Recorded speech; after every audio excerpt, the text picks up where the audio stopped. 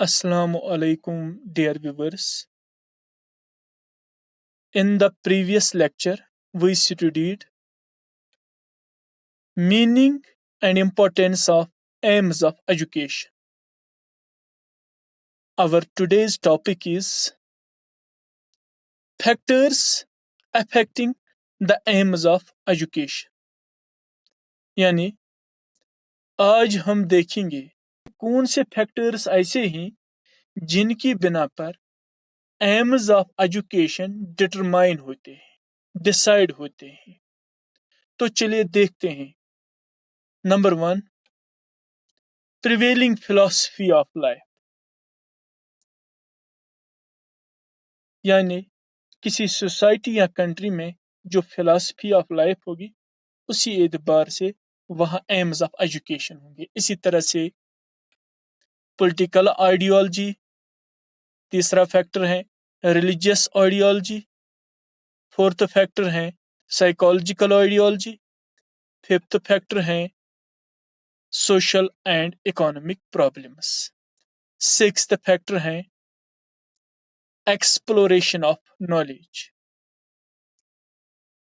हम इन 6 फैक्टर्स को थोड़ा डिटेल में पढ़ेंगे ताकि हमें समझ में आ जाए कि इन फैक्टर्स की बिना पर हम एम्स ऑफ एजुकेशन कैसे डिसाइड करते हैं, या हम ऐसे भी कह सकते हैं how these factors affect the AIIMS of education. जरूरी नहीं है कि ये सब फैक्टर्स एक साथ अफेक्ट करें, कभी कभार इनमें से कोई एक या दो फैक्टर ज्यादा अफेक्ट करते हैं, कभी कभार सबके सब फैक्टर्स अफेक्ट कर सकते हैं। तो चलिए हम इनको एक एक करके डिस्कस करते हैं। Let's start with prevailing philosophy of life. पहले हम समझें फिलॉसफी ऑफ लाइफ क्या होती है। फिलॉसफी ऑफ लाइफ यानी जिंदगी का फलसफा। इसका मतलब है अंडरस्टैंडिंग ऑफ लाइफ, यानी किसी सोसाइटी या किसी कौम ने अपनी जिंदगी को कैसे समझा होगा, या हम ऐसे कह सकते हैं आउटलुक टुवर्ड्स द लाइफ। जिंदगी के मुताबिक, जिंदगी के बारे में इनका क्या नजरिया है, या आइडियल्स ऑफ लाइफ, वो जिंदगी में कौन कौन से असूल फॉलो करना चाहते हैं या फॉलो करते हैं। तो ये है फिलॉसफी ऑफ लाइफ। हर किसी कौम की जो भी फिलॉसफी ऑफ लाइफ होती है उसी एतबार से एम्स ऑफ एजुकेशन पर असर पड़ता है। यानी prevailing philosophy of life determines AIIMS of education. अब मैं मिसाल देके समझाऊंगा कि कैसे philosophy of life AIIMS of education को असरअंदाज करती है। For example naturalism. नेचुरलिज्म एक फिलॉसफी ऑफ लाइफ है। इसी तरह से आइडियलिज्म ये भी एक फिलॉसफी ऑफ लाइफ है, और इसी तरह से प्रैग्मेटिज्म ये भी एक फिलॉसफी ऑफ लाइफ है। इसी तरह से और भी कुछ फिलॉसफीज ऑफ लाइफ हैं। यहाँ पे हम इन्हीं तीन को थोड़ा डिस्कस करेंगे। जो लोग नेचुरलिज्म की फिलॉसफी रखते हैं उन्हें हम नेचुरलिस्ट्स कहते हैं। नेचुरलिस्ट्स का कहना है कि नेचर ही रियल है, यानी naturalist believe nature is real, reality सिर्फ नेचर है, जो कुदरत है, जो नेचर है, बस वही हक है, बाकी सब बेबुनियाद है, बाकी सब आर्जी हैं, सिर्फ हक नेचर ही है। इसी तरह से material world is the real world. जो आप ये दुनिया देख रहे हो, जो मटेरियल वर्ल्ड देख रहे हैं, यही रियल वर्ल्ड है। वो स्पिरिचुअल वर्ल्ड पे यकीन नहीं रखते हैं। इसी तरह से वो बॉडी पे तो यकीन रखेंगे लेकिन सोल पे यकीन नहीं रखेंगे। इसी तरह से उनका ये कहना है, क्योंकि इनका ज्यादा बिलीव नेचर पर है, वो कहते हैं बच्चा जब आता है तो नेचुरली बाय नेचर वो अच्छा होता है, लेकिन सोसाइटी इसको खराब करती है। इसको उन्हें नेचुरल टैलेंट्स के साथ नेचुरली डेवलप करना है ताकि वो खुद को नेचुरली एक्सप्रेस कर सके। तो नेचुरलिज्म के मुताबिक एम ऑफ एजुकेशन होना चाहिए सेल्फ एक्सप्रेशन, यानी एजुकेशन बच्चे को इस तरह नेचुरली डेवलप करे ताकि वो खुद के जो उसकी जो नेचुरल एबिलिटीज हैं वो उनको एक्सप्रेस कर सके। अब हम आइडियलिज्म पे आते हैं। आइडियलिज्म का बिलीफ नेचुरलिज्म से बरक्स है। आइडियलिज्म बिलीव करता है कि माइंड रियल है, माइंड रियलिटी है, रियलिटी सिर्फ माइंड है, बाकी फानी है, बाकी खत्म होने वाले हैं। इसी तरह से वो सोल रियल है, वो सोल पे बिलीव करते हैं क्योंकि बॉडी खत्म हो जाएगी लेकिन सोल खत्म नहीं होगा।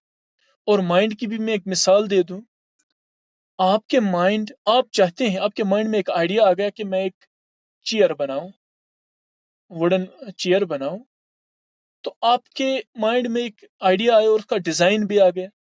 अब आप उठे, आपने वुडन चेयर उसी हिसाब से बनाई और बहुत अच्छी चेयर बनाई, लेकिन जब आपने वो चेयर बनाई कुछ देर बाद किसी ने वो तोड़ डाली, यानी जो चेयर थी वो मटेरियल था और किसी ने उसे तोड़ दिया, किसी ने उसके टुकड़े टुकड़े कर दिए। तो चेयर, वुडन चेयर जो मटेरियल थी नहीं रही, लेकिन आपके माइंड में आइडिया, चेयर बनाने का आइडिया, वो डिजाइन अब भी मौजूद है, आप दूसरी भी बना सकते हो। तो इनके कहने का मकसद है आइडिया या माइंड यही रियलिटी है, बाकी जो मटेरियल है वो रियलिटी नहीं है। इसी तरह से सोल, सोल रहने वाली चीज है, कायम दायम रहने वाली चीज है, अलबत्ता जो बॉडी है वो खत्म होने वाली है, इसीलिए सोल पर बिलीव करते हैं। इसी तरह से स्पिरिचुअल वर्ल्ड कहते हैं कि spiritual world is the real world, material world Fani है, खत्म होने वाले हैं, लिहाजा वो मटेरियल वर्ल्ड पे ज्यादा बिलीव नहीं रखते। अब देखेंगे आइडियलिज्म वाले या आइडियलिस्ट वाले क्या कहते हैं एम्स ऑफ एजुकेशन के बारे में। वो कहते हैं education should help the individual in understanding his true self. इसको हम कहते हैं सेल्फ रियलाइजेशन। वो इनके मुताबिक एम ऑफ एजुकेशन होना चाहिए सेल्फ रियलाइजेशन।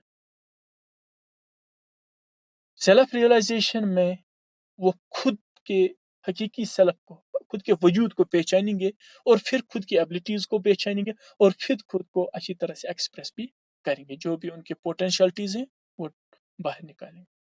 इसी तरह से बाकी बाकी एम्स, मैं यहाँ फिर सिर्फ एक ही एम देता हूँ। इसी तरह से इनकी फिलॉसफी ऑफ लाइफ के बेसिस पर बाकी और एम्स हैं। अब हम प्रैग्मेटिज्म पर आएंगे। ये भी एक फिलॉसफी ऑफ लाइफ है। इनका मानना है एक्शन रियल है, जो भी एक्शंस हैं वही रियल हैं।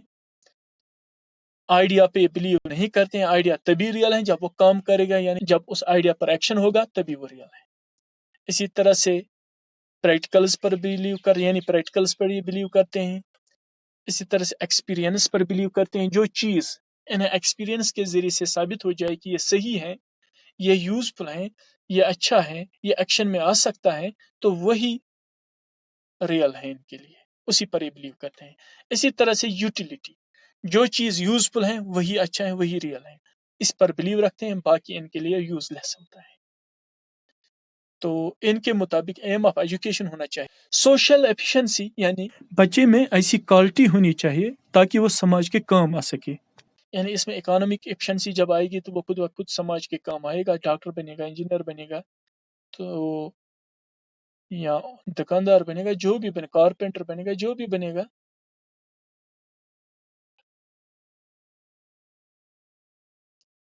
जब उसमें इकोनॉमिक एफिशिएंसी आएगी तो खुद ब खुद उसमें सोशल एफिशिएंसी आएगा, क्योंकि जब वो डॉक्टर बनेगा समाज को फायदा पहुंचेगा, जब वो टीचर बनेगा समाज को फायदा पहुंचेगा।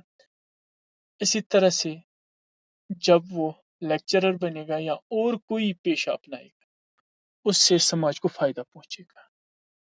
इसी तरह से personal and social adjustment education इस बच्चे को پرسنل ایڈجسٹمنٹ میں مدد کرنی چاہیے، اس کو سوشل ایڈجسٹمنٹ میں مدد کرنی چاہیے.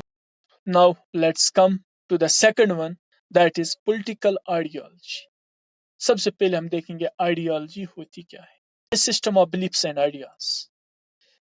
Political ideology influences the aims of education of a country.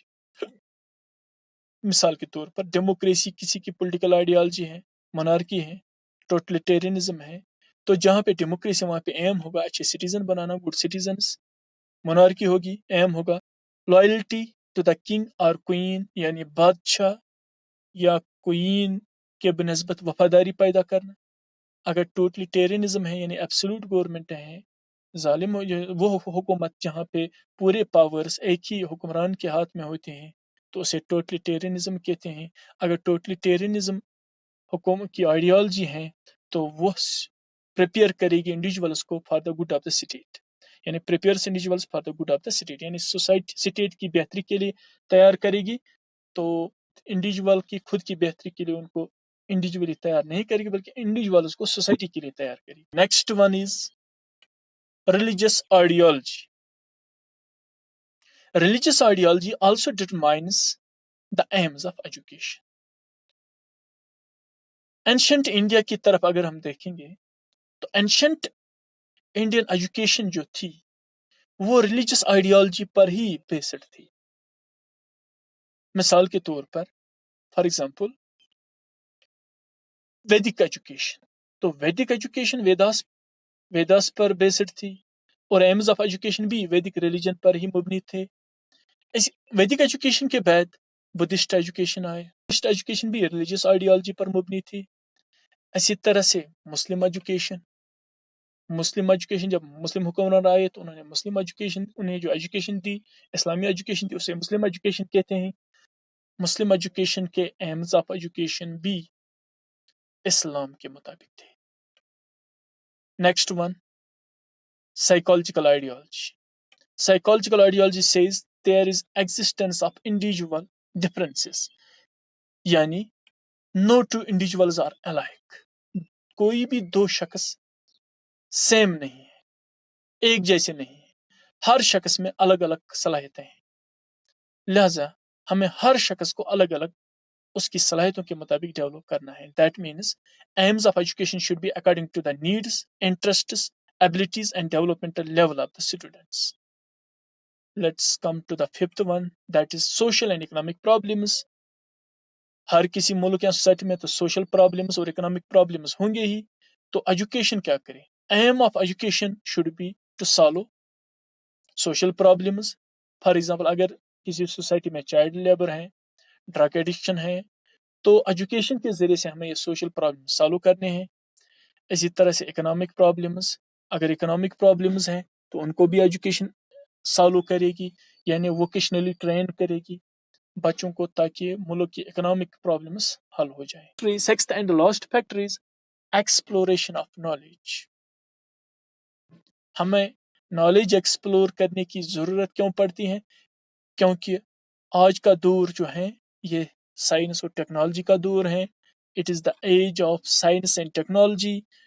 اور آج کے دور میں علم کا سمندر ہمارے پاس موجود ہے، یعنی دیر از اے نالج ایکسپلوژن. اور ہمیں ماڈرنائز کرنا ہے بچوں کو، انہیں جو نیا علم ہے وہ بھی پہنچانا ہے، اور اس میں بھی جو اچھا جو صحیح ہے، جو زیادہ ضروری ہے وہ بچوں تک پہنچانا ہے. جیسے کہ پہلے کمپیوٹر نہیں تھا، تو جب کمپیوٹر آئے تو ہم نے computer education, computer science education میں ڈالا تاکہ بچے اس کا علم حاصل کر سکیں، کمپیوٹر کو ایکسپلور کر سکیں. تو لہذا کون سی نالج ایکسپلور کرنی ہے اسی اعتبار سے ایمز آف ایجوکیشن بھی طے کیے جاتے ہیں. اس طرح سے ہمارا آج کا ٹاپک ختم ہوتا ہے. Thank you.